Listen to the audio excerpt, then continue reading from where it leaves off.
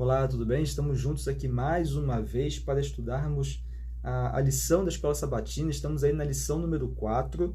O título da lição desse trimestre, você já sabe, é o Grande Conflito. E nessa semana nós vamos falar da temática em defesa da verdade. Nós sabemos que no contexto do Grande Conflito, o povo de Deus sempre sofre algum tipo de perseguição. Sempre é perseguido em algum momento. E a lição ela lança algumas perguntas iniciais. Como que o povo de Deus ele segue fiel, mesmo em meio à perseguição? Por que essas pessoas elas se mantêm fiéis a Deus, se mantêm fiéis a Cristo, aos seus princípios, mesmo com o risco de morrer por conta desses princípios, por conta da sua fé? E a lição ela traz aqui alguns exemplos de algumas pessoas que foram fiéis e permaneceram ao lado da verdade, mesmo ali com o risco de morrer por conta disso. E aí nós temos logo no início da lição, Policarpo, um líder da igreja no segundo século, ele recusa queimar incenso aos deuses daquele momento e se manter fiel a Cristo. Então ele é chamado ali, convocado para repudiar a Cristo, para repudiar a sua fé. E a resposta que ele dá é a seguinte: eu o servi por 86 anos e ele não me fez nada de errado. Como posso fazer mal do meu rei que me salvou?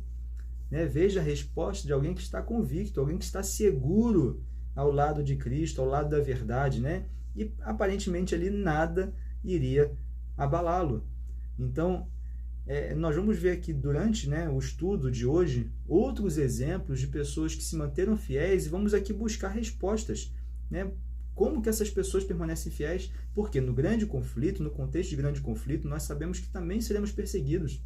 De certa forma, já somos perseguidos muitas das vezes no nosso dia a dia, pelo preconceito, pelas pessoas que nos afastam de alguma maneira por conta da nossa fé, mas sabemos também que haverá e há em alguns lugares específicos uma perseguição violenta por conta da sua fé.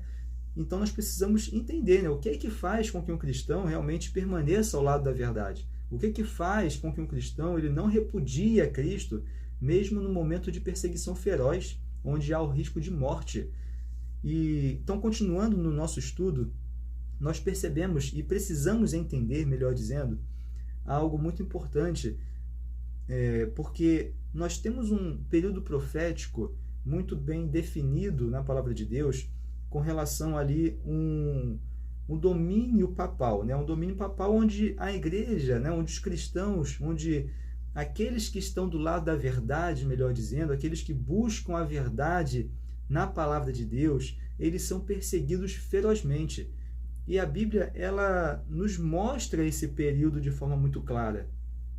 Só que para entendermos esse contexto profético ali que tem em Daniel e Apocalipse, nós precisamos ir lá em Números 14:34, e também Ezequiel 4:6, que nos mostra a contagem desse tempo profético, relatado ali em Daniel e Apocalipse. Números 14:34 diz assim: segundo o número dos dias em que espiastes esta terra, 40 dias, cada dia representando um ano, levarei sobre vós as vossas iniquidades 40 anos, e conhecereis o meu afastamento. Então a gente vê aqui um período profético, onde o povo de Israel ele iria peregrinar pela terra ali por 40 anos, porque eles espiaram a terra por 40 dias. No retorno, eles ficaram ali com medo por conta do relatório da maioria dos espias, que relataram que era uma terra onde havia gigantes, onde haviam muros que protegiam essa terra, e eles não conseguiriam então vencer e adentrar na terra de Canaã.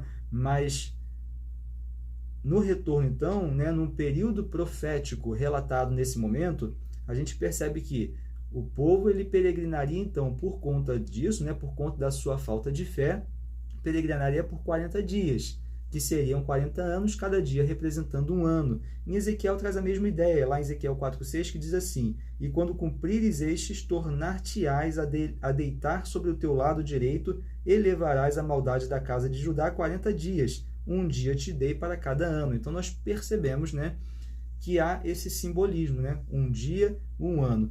Quando Daniel, lá em Daniel 7, 23 e 25, ele vai relatar algo sobre dias, nós precisamos levar em consideração que esse período se refere a anos.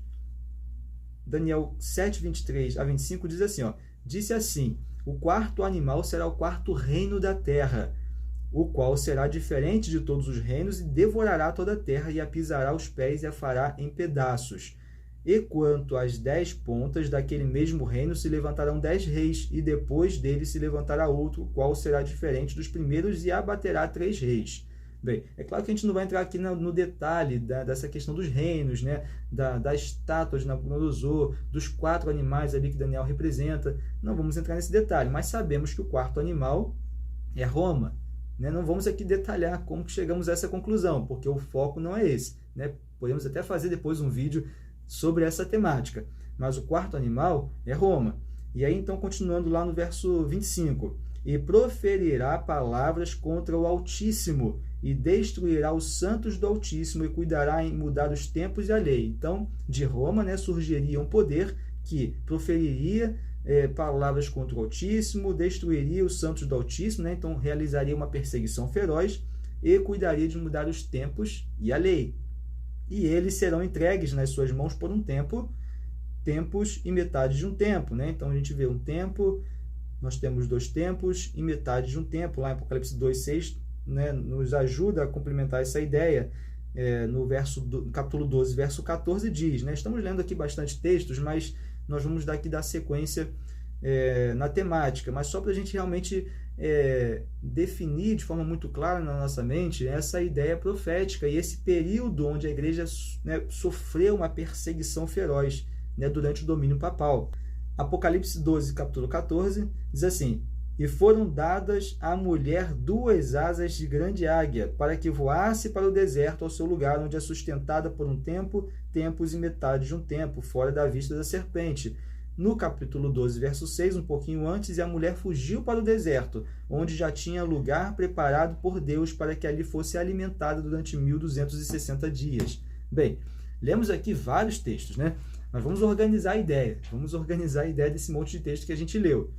Então, primeiro, a gente vê lá no Antigo Testamento a questão da profecia, né?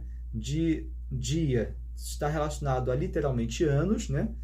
E aqui Daniel, ele traz esse momento onde surgiria um poder que justamente proferiria, né, palavras contra o Altíssimo, perseguiria os santos, mudaria leis, né, por um tempo, 2 tempos e metade de um tempo, né, onde a gente pode aqui entender 3 anos e meio, um tempo, 2 tempos, dá 3 e metade de um tempo, 3 anos e meio.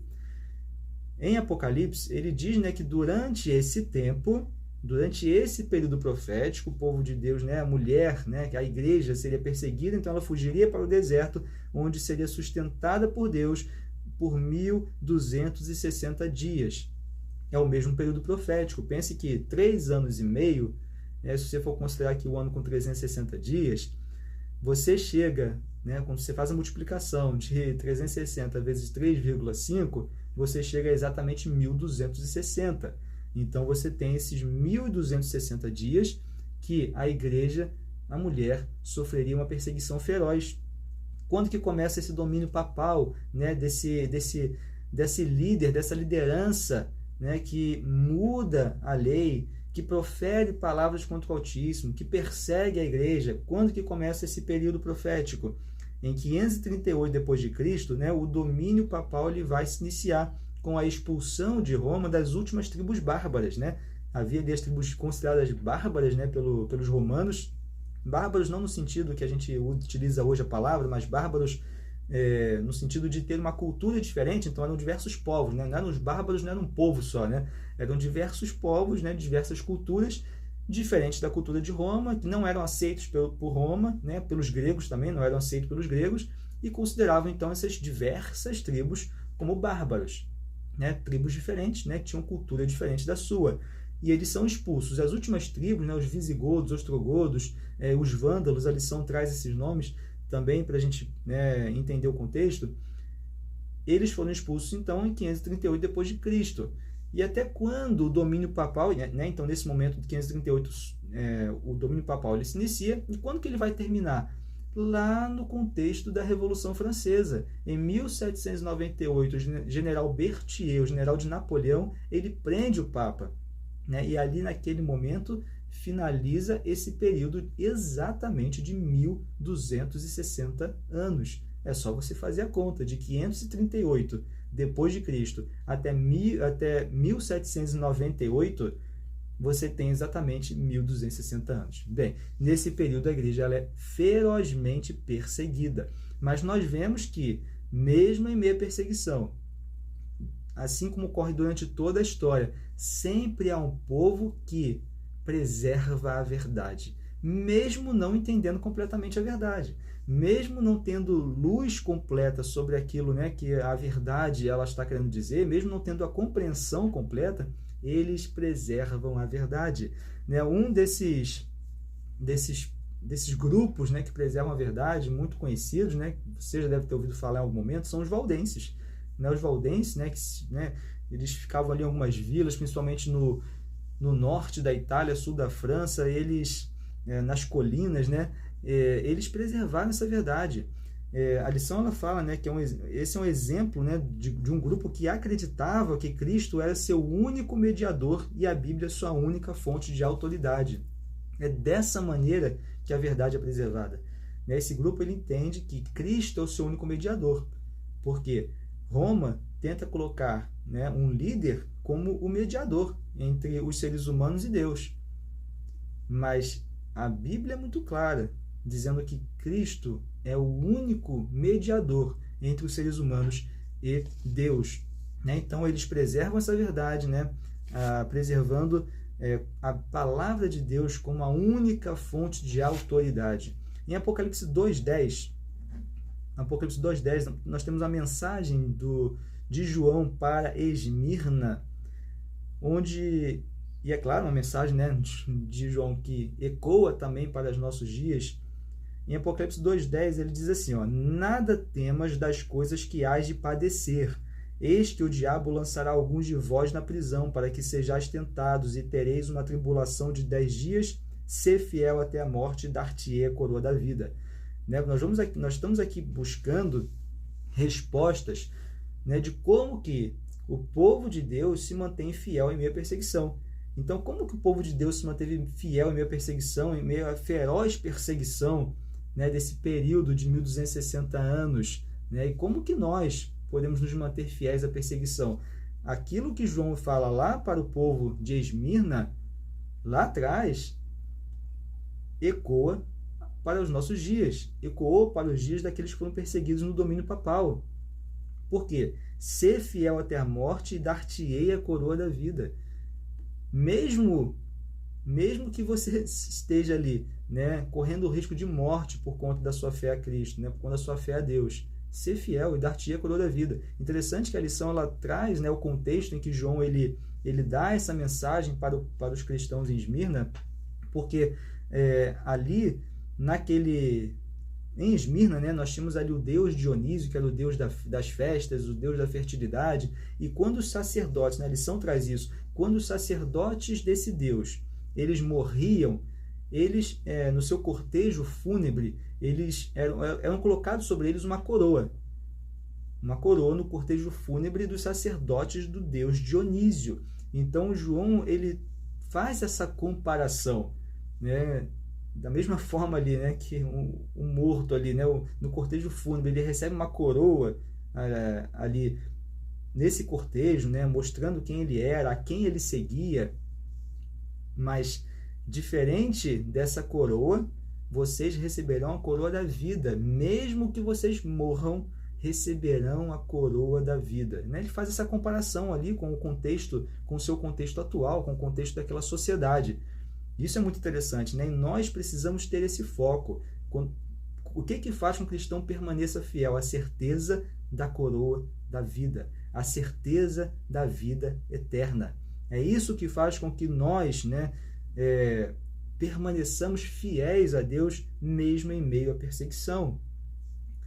Então essa precisa ser a nossa motivação, né? Assim como foi a motivação dos diversos mártires, né? Daqueles que morreram, aqueles que foram para a fogueira, cantando, louvando, permanecendo firmes, fiéis aos seus princípios, fiéis a Deus, né? Nada abalaria eles, porque eles estavam de olho, né? Focados na coroa da vida. Na lição, ela nos traz 3 características sobre esses grupos, né? Características que faziam com que eles permanecessem fiéis, mesmo nessa perseguição feroz. E aí nós vemos 3 características, que são as seguintes: lealdade absoluta a Deus. Segunda característica, obediência às Escrituras. Terceira característica, compromisso com a supremacia de Cristo, né? Então, lealdade absoluta a Deus, obediência às Escrituras, compromisso com a supremacia de Cristo. Lá em Atos, capítulo 5, verso 29, diz assim: porém, respondendo Pedro e os apóstolos, disseram: mais importa obedecer a Deus do que aos homens, né? Precisamos ser obedientes a Deus, né? Nosso compromisso com a soberania, a supremacia de Deus, né? Nossa obediência às Escrituras, né? Nossa obediência à autoridade da Escritura Sagrada, da Palavra de Deus. Apocalipse 3:11 diz assim: eis que venho sem demora, guarda o que tens, para que ninguém tome a tua coroa, né? Então João abordando, né, mais uma vez a ideia da coroa. Então guarda o que tens e não permita que ninguém, em nada, tome a tua coroa, né? Isso deve nos motivar a permanecer fiéis, né? Os valdenses, né, que foram, né, um dos primeiros grupos a obter a Bíblia em sua língua, né, eles tinham ali estratégias para poder espalhar a verdade, né? Então essa verdade, quando nós entendemos e quando nós aceitamos, né, nós queremos espalhar de alguma maneira, né? E eles ali, como comerciantes, mercadores, eles conseguiam levar a mensagem para outras pessoas. Eles, né, a lição ela traz essa ideia, eles matriculavam seus jovens em universidades e ali, vendo oportunidades, eles espalhavam a verdade. E muitos dos valdenses, né, por conta dessas tentativas de levar a verdade, foram mortos, né? Foram mortos, mas eles não deixaram a sua fé de lado, né? Foram mortos, mas na certeza que estavam cumprindo o seu dever para com Deus. E mais importa, né, obedecer a Deus do que aos homens. Obediência às Escrituras, né, a sua lealdade para com Deus fez com que eles permanecessem fiéis, mesmo em meio à perseguição e à morte iminente. Provérbios 4:18 traz até uma ideia que nós abordamos na lição anterior. Provérbios 4:18, porque os valdenses, eles eram fiéis, eles eram leais, eles obedeciam às Escrituras, mas não tinham a completa clareza da verdade. Mas mesmo assim eles permaneceram ali como guardadores da verdade, né? Provérbios 4:18 diz assim: mas a vereda dos justos é como a luz da aurora, que vai brilhando mais e mais até ser dia perfeito. Então a verdade, ela vai sendo gradativamente sendo aberta, né, os olhos do povo para entender gradativamente a verdade. Não é algo de uma forma instantânea, né? Como fala aqui, né? Deus, ele não aperta um interruptor cósmico e simplesmente brilha, né, com a verdade para todo mundo. Não, porque isso cegaria. Nós falamos isso na lição anterior, lembra? A ideia de você, quando você está no escuro, alguém liga a luz e de repente essa luz te cega, porque os seus olhos, eles estão ali acostumados com essa escuridão e de repente alguém acende a luz e aquilo te cega. Então Deus, ele vai permitindo que o povo compreenda a verdade de forma gradual.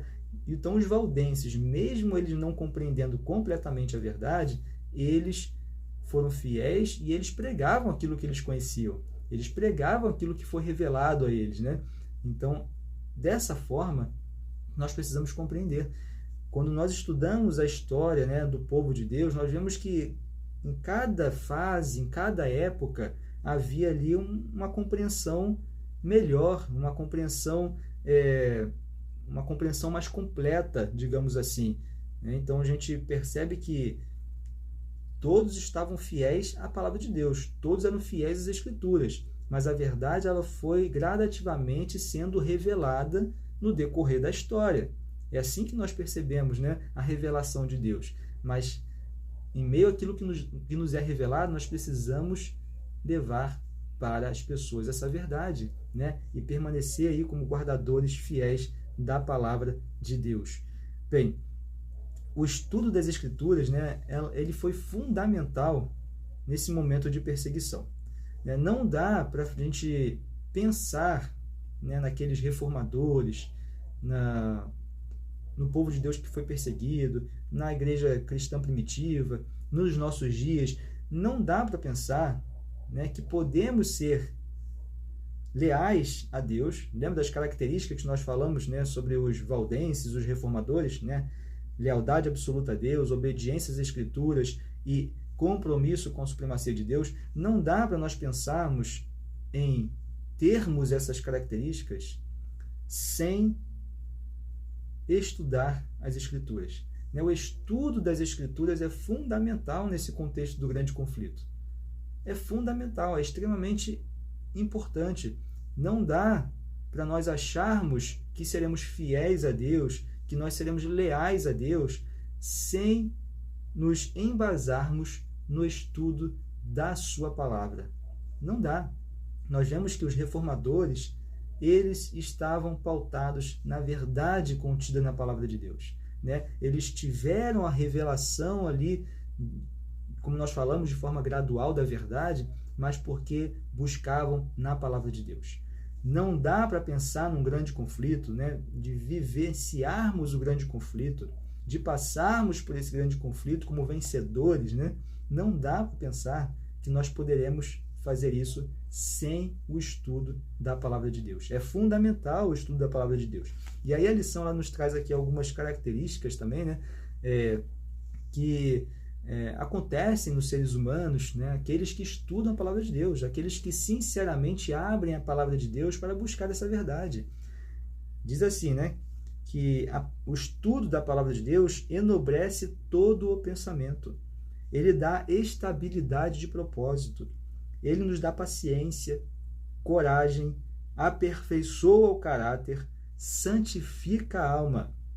Então veja o que o estudante das Escrituras Sagradas ele ganha, né? Coragem, perfeição de caráter, né? Aperfeiçoamento do caráter, melhor dizendo, paciência, estabilidade de propósito, enobrece todo o pensamento. Enfim, John Wycliffe, também um dos reformadores, ele passou quase a sua vida inteira traduzindo a Bíblia para o inglês. E interessante que ele, né, um reformador, mas a perseguição, né, na verdade, a perseguição papal acaba não chegando a ele, né, não, o condenando, né, ele não é condenado antes da morte, né, por conta ali da sua participação no contexto da Reforma Protestante. Mas, mesmo depois de morto, né, ele é condenado, depois de morto, ele é condenado à morte à fogueira, né, ele é condenado à fogueira, já estava morto, né? Então ele é condenado à fogueira, e o que o Papa manda fazer? Manda pegar os restos mortais de John Wycliffe e queimar na fogueira, né, de forma simbólica, né, essa condenação desse mártir, né, desse reformador. Então veja, o Papa manda pegar os seus restos mortais e queimar na fogueira. E os seus restos, né, as suas cinzas, são jogadas no rio Swift, né, e aí há uma analogia, né, dizendo que da mesma forma que as águas, né, espalharam ali as suas cinzas, né, as águas, né, da verdade, as águas da verdade, elas são ali espalhadas, levando a mensagem para todas as pessoas, né? As suas cinzas, então, ali, elas são espalhando, né, para toda a terra, semeando a terra e fazendo com que proliferasse ainda mais a verdade, né? Muito interessante isso, né? Você vê a maldade a ponto de pegar os restos mortais dele e queimar. Não, ele vai ser queimado porque ele também foi condenado. Isso é muito interessante, né? João 14:19 vai dizer assim para a gente. João 14:19, deixa eu só aqui, achei. Ainda um pouco e o mundo não me verá mais, mas vós me vereis, porque eu vivo e vós vivereis. Essa era a certeza dos mártires. Porque Cristo vive, eu também viverei. Por isso que a morte não importava. Por isso que a gente vê mártires sendo julgados e condenados à fogueira, e como nós falamos aqui no início, eles iam cantando para a fogueira, eles iam louvando, eles iam adorando. A sua caminhada até a fogueira contagiava muitas pessoas que ficavam olhando, observando, se perguntando como que esse cara está indo cantando para uma fogueira? Como que esse cara está indo louvando, adorando a Deus? Ele vai morrer daqui a pouquinho. Ele vai ser queimado vivo. Mas por quê? O que é que consolava essas pessoas? O que é que dava tranquilidade a essas pessoas? Ainda um pouco, e o mundo não me verá mais, mas vós me vereis, porque eu vivo e vós vivereis. Lá em Hebreus 10, 23, complementando essa ideia, Hebreus 10, 23, diz assim: retenhamos firmes a confissão da nossa esperança, porque fiel é o que prometeu. Então, retenhamos firme a confissão dessa esperança, porque aquele que prometeu, que aquele que vive, e por isso nós viveremos, e ele prometeu isso, e ele vai cumprir. Por isso nós precisamos reter firmes a confissão da nossa esperança. Então, se mantenha fiel, se mantenha firme, independente das situações. O vídeo já está bem longo de novo, né? Esse trimestre, na verdade, os vídeos estão ficando um pouquinho longos, mas é porque é muito difícil. Eu faço um resumo, mas é muito difícil resumir mais do que eu já estou resumindo, né? Essa temática tão importante. E eu penso que o contexto da Reforma Protestante, aqui para a gente finalizar, eu acho uma parte muito interessante. O contexto da Reforma Protestante, você vê que ele começa ali a surgir num contexto de crise da Idade Média, né? Nós temos uma crise na Idade Média, né? A chamada crise da Baixa Idade Média, ali no finalzinho do século XIV, século XV. Você tem, então, algumas crises que é o quê? É fome por conta de uma crise climática, né? Há uma crise climática, diferente dos nossos dias, né? Que é o superaquecimento do mundo. Nós tivemos ali um super resfriamento do continente europeu, que causou problemas na colheita, que causou fome. Então você tem uma fome muito severa nessa crise da Baixa Idade Média.